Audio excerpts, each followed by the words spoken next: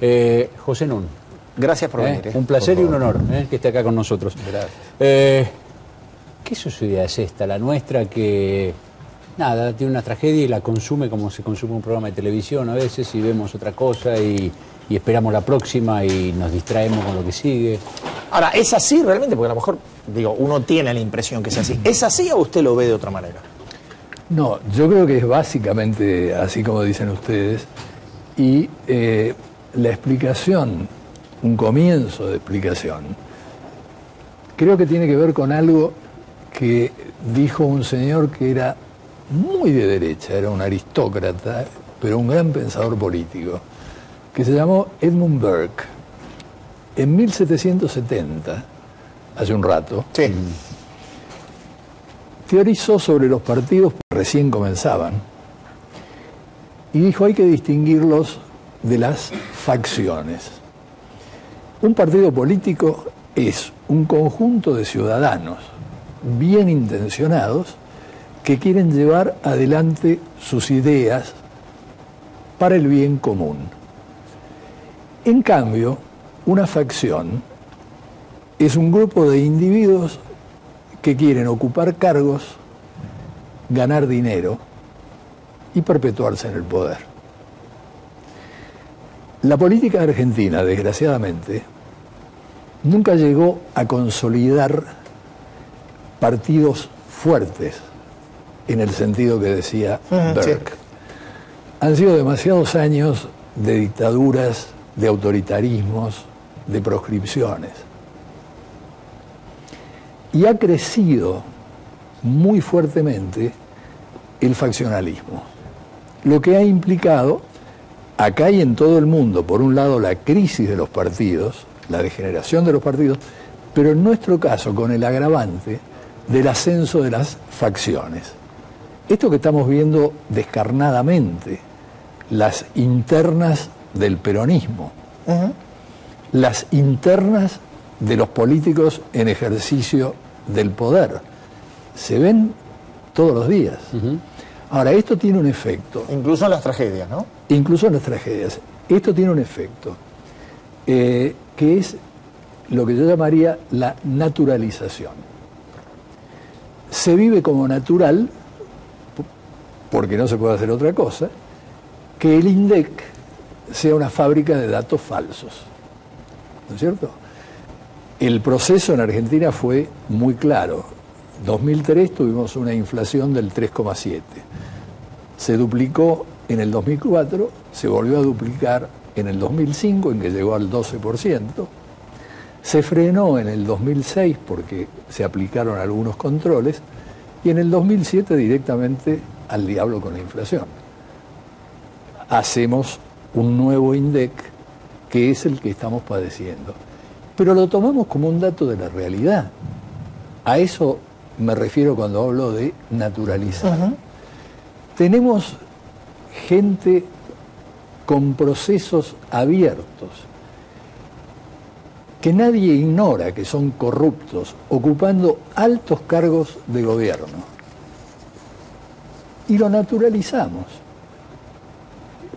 Yo diría, ¿cómo se hace para desnormalizar, para desnaturalizar estas cosas que se toman por dadas? A mí me parece que es una pregunta central para la política de hoy. Yo había estado pensando antes sobre este tema, antes de que ocurriera esta tragedia, y me parece que los partidos de oposición están no cumpliendo su misión porque no tienen una visión de lo que son campañas. Campañas para desnaturalizar lo que se toma por dado. Yo viví esa experiencia muy fuertemente porque enseñaba en Estados Unidos en la época de la guerra de Vietnam, en la época en que los chicos estudiantes iban al sur para registrar como votantes a los negros, y por ahí les tiraban los autos encima y los mataban. Pero eran campañas específicamente dirigidas a determinados objetivos. Les pongo un ejemplo, digo, ¿qué ocurriría si cuando cada senador de la oposición toma la palabra en el Senado, empezara diciendo muy respetuosamente que le gustaría que el presidente de la Cámara de Senadores se sometiera a la justicia. Y después diera su discurso. Pero que esto fuera incesante. Si cada diputado, al comenzar a hablar, cada diputado de la oposición, dijera, es intolerable que se falseen las estadísticas, que el INDEC no cumpla con su función. Bueno, digo, estaba tratando de imaginar ¿Cómo se podía? ¿Cómo se podía? Porque esto obviamente va a tener repercusión, porque si el presidente del Senado le quita la palabra al que dice esto, va a ser noticia al día siguiente. Recordamos, a ver, el presidente del Senado es el vicepresidente de la Nación, estamos hablando de... Amado Boudou. Amado Boudou. Circunstancialmente Amado Boudou. Exactamente. Circunstancialmente, ojalá. Ahora, esta tragedia es, como toda crisis, también una oportunidad. Yo digo, ahora... Pero nos vamos en oportunidades, ¿no? Claro. Ese es el temor. Ese es el problema de la oposición. Porque digo, no se puede responsabilizar a la gente. La gente está muy ocupada con salvar el pellejo. La gente está muy ocupada con ganarse la vida, con sobrevivir. Entonces, de lo que se trata es de que haya una oposición que haga un trabajo de base que le permita dar continuidad a este develamiento que está ocurriendo. En este momento está todo a la vista. Está a la vista, efectivamente, como decía Lilita, la debilidad insanable del Estado a todos los niveles. Con los miles de millones de pesos que han circulado en Argentina en estos últimos 10 años, y mucho antes también. Tengan en cuenta ustedes que en las 3 últimas décadas, las estimaciones son que se fueron de la Argentina 400.000 millones de dólares. 400.000 millones de dólares. Y esto sin contar unos 100.000 millones de dólares que están en propiedades, en joyas, radicados en el exterior. Esto es el equivalente actualizado de 3 planes Marshall para 19 países. Bueno, que me digan que no se puede entubar un arroyo porque no hay plata suficiente, es para mandarlo a la cárcel al que dice esto. Ahora, ¿quién lo puede mandar a la cárcel? Bueno, un movimiento popular que esté dispuesto precisamente a transformar su bronca, su rabia, en una ruptura. Pero esto no lo puede hacer solo. Esto fue teorizado por pensadores muy importantes en términos de la creación de un momento catártico. Es decir, que la bronca se transforme en otra cosa, se transforme en un deseo de cambiar la sociedad. Pero ahí se necesita la participación de las personas que dedican su vida a la política, no entendida como facción, sino entendida como organización política de transformación. Entonces, es absurdo pensar exclusivamente en términos del estado de conciencia de la población. Los estudios de opinión pública muestran que se fracasa cuando se razona en estos términos. Tratar de explicar las elecciones por el estado de conciencia de la gente. Esto parte de varias falacias. Una, muy fundamental, que otra vez, ahora es el momento de discutir, es que en realidad, en la democracia representativa, no es que la ciudadanía tiene reivindicaciones y entonces elige representantes que van a satisfacerlas. No, elige representantes y estos son los que van a decidir qué hay que hacer. Por eso pueden cambiar con tanta facilidad. Sí. Por eso Néstor Kirchner... No hay mandatos. No hay mandatos. Por eso Néstor Kirchner era un defensor acérrimo de la privatización de YPF, ¿no es cierto?, en los años 90, fin de los años 90. Sí. Y después, bueno, el kirchnerismo cambia a una posición que está en las antípodas. Pero esto es posible, ¿por qué? Porque es fácil decir, como en el título del libro de Marcos, vamos por todo. Pero es un vamos tramposo, porque hay una líder o un líder que es el que decide cuándo, dónde y cómo. Por eso, ¿Y qué? ¿Y qué? Claro, ¿qué quiere decir vamos por todo? ¿Quién sabe qué quiere esto decir? Entonces lo que... Alguien sabe.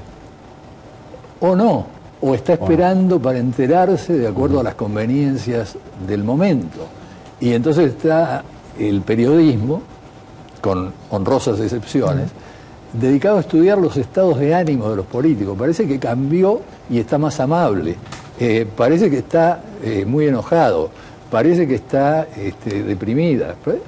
Bueno, digo, esto no contribuye en absoluto a la historia que queremos construir en un país como el nuestro. Yo digo, es peor todavía.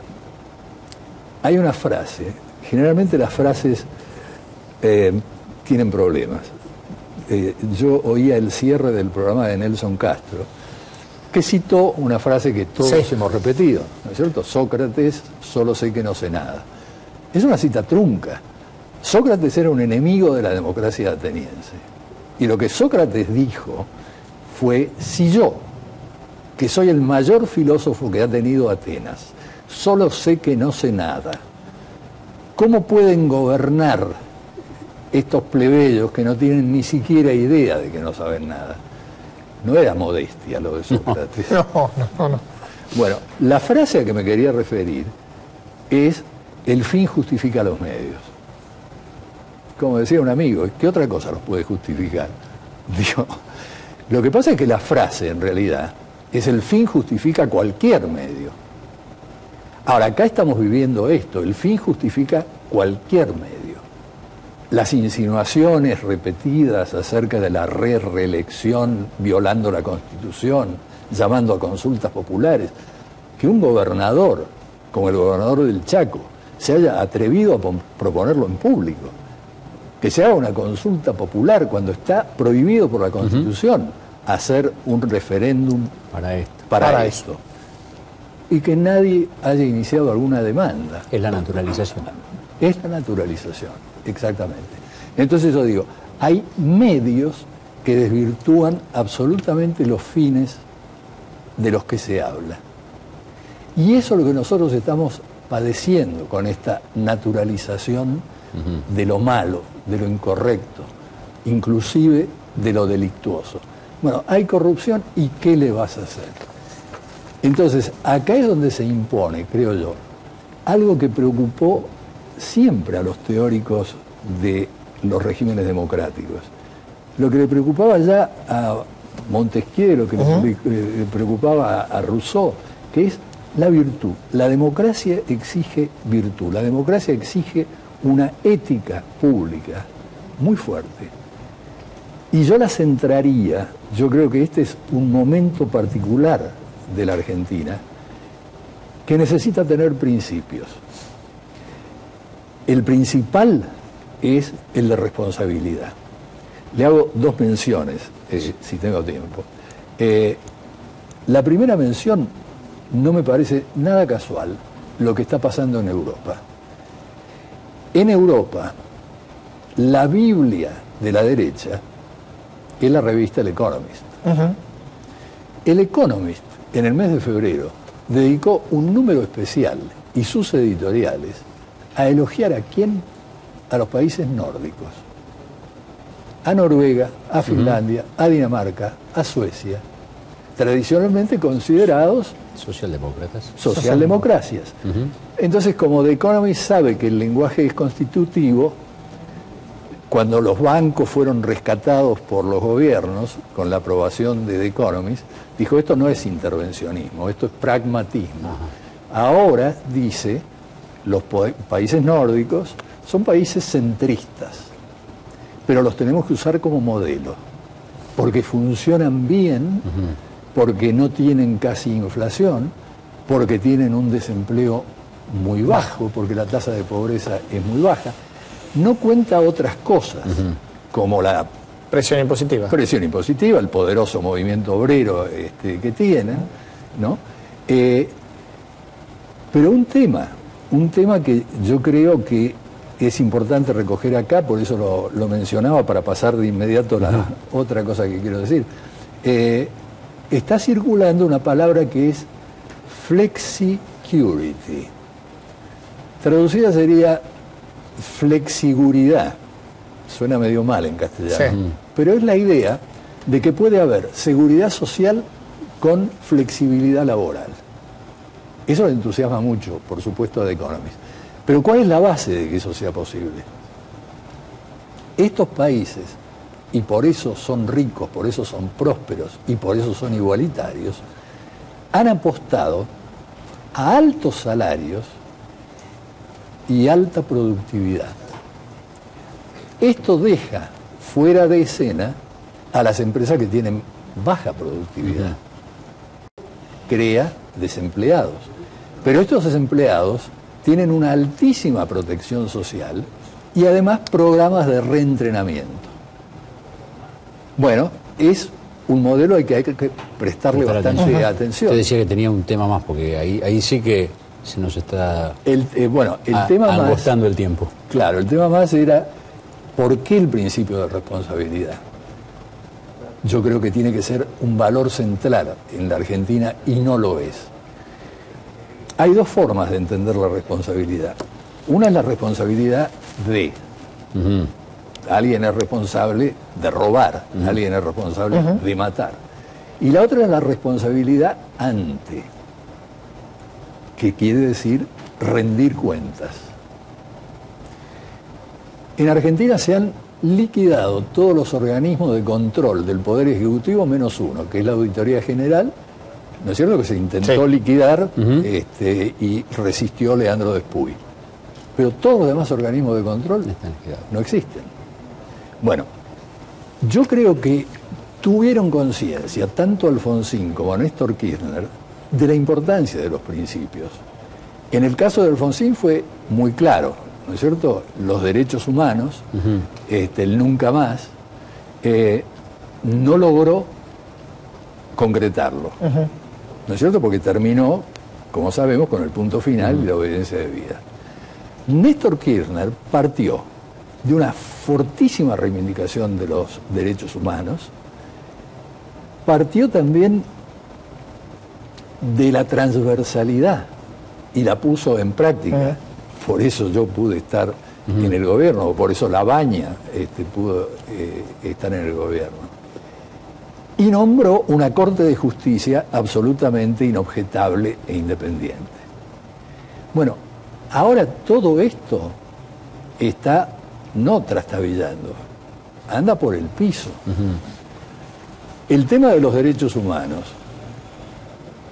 se mantiene con razón con respecto a las generaciones anteriores. Pero ¿qué pasa con los derechos humanos de hoy? Es decir, los derechos humanos en términos de igualdad, en términos de pobreza, en términos de las políticas energéticas, en términos de la tragedia esta que está ocurriendo y que nos lo deja a todos en evidencia. La transversalidad fue absolutamente borrada, liquidada. Y ahora se trata de avanzar sobre la Corte Suprema. Digo, si nosotros seguimos naturalizando todo esto, ganan lo que Lirita llamaría los malos. Baudelaire decía, bromeando, que nunca está más contento el diablo que cuando la gente cree que no existe, ¿no? Entonces, este es el momento, creo yo, para que la oposición, en vez de estar atacando permanentemente a los otros dirigentes políticos, en este caso los oficialistas, se ocupe de la gente, se ocupe del trabajo de base, se ocupe de desarrollar organizaciones políticas, se ocupe de construir verdaderos partidos, no esté en la disputa por el cargo, no esté en la disputa por las próximas elecciones. Son construcciones de mediano y largo plazo, sin las cuales seguiremos naturalizando las cosas y el diablo seguirá muy feliz. No, mil gracias por acompañarnos. Gracias. Gracias. En un minutito, nada más nos encontramos después del corte con Marcos Novaro. Seguimos en Código.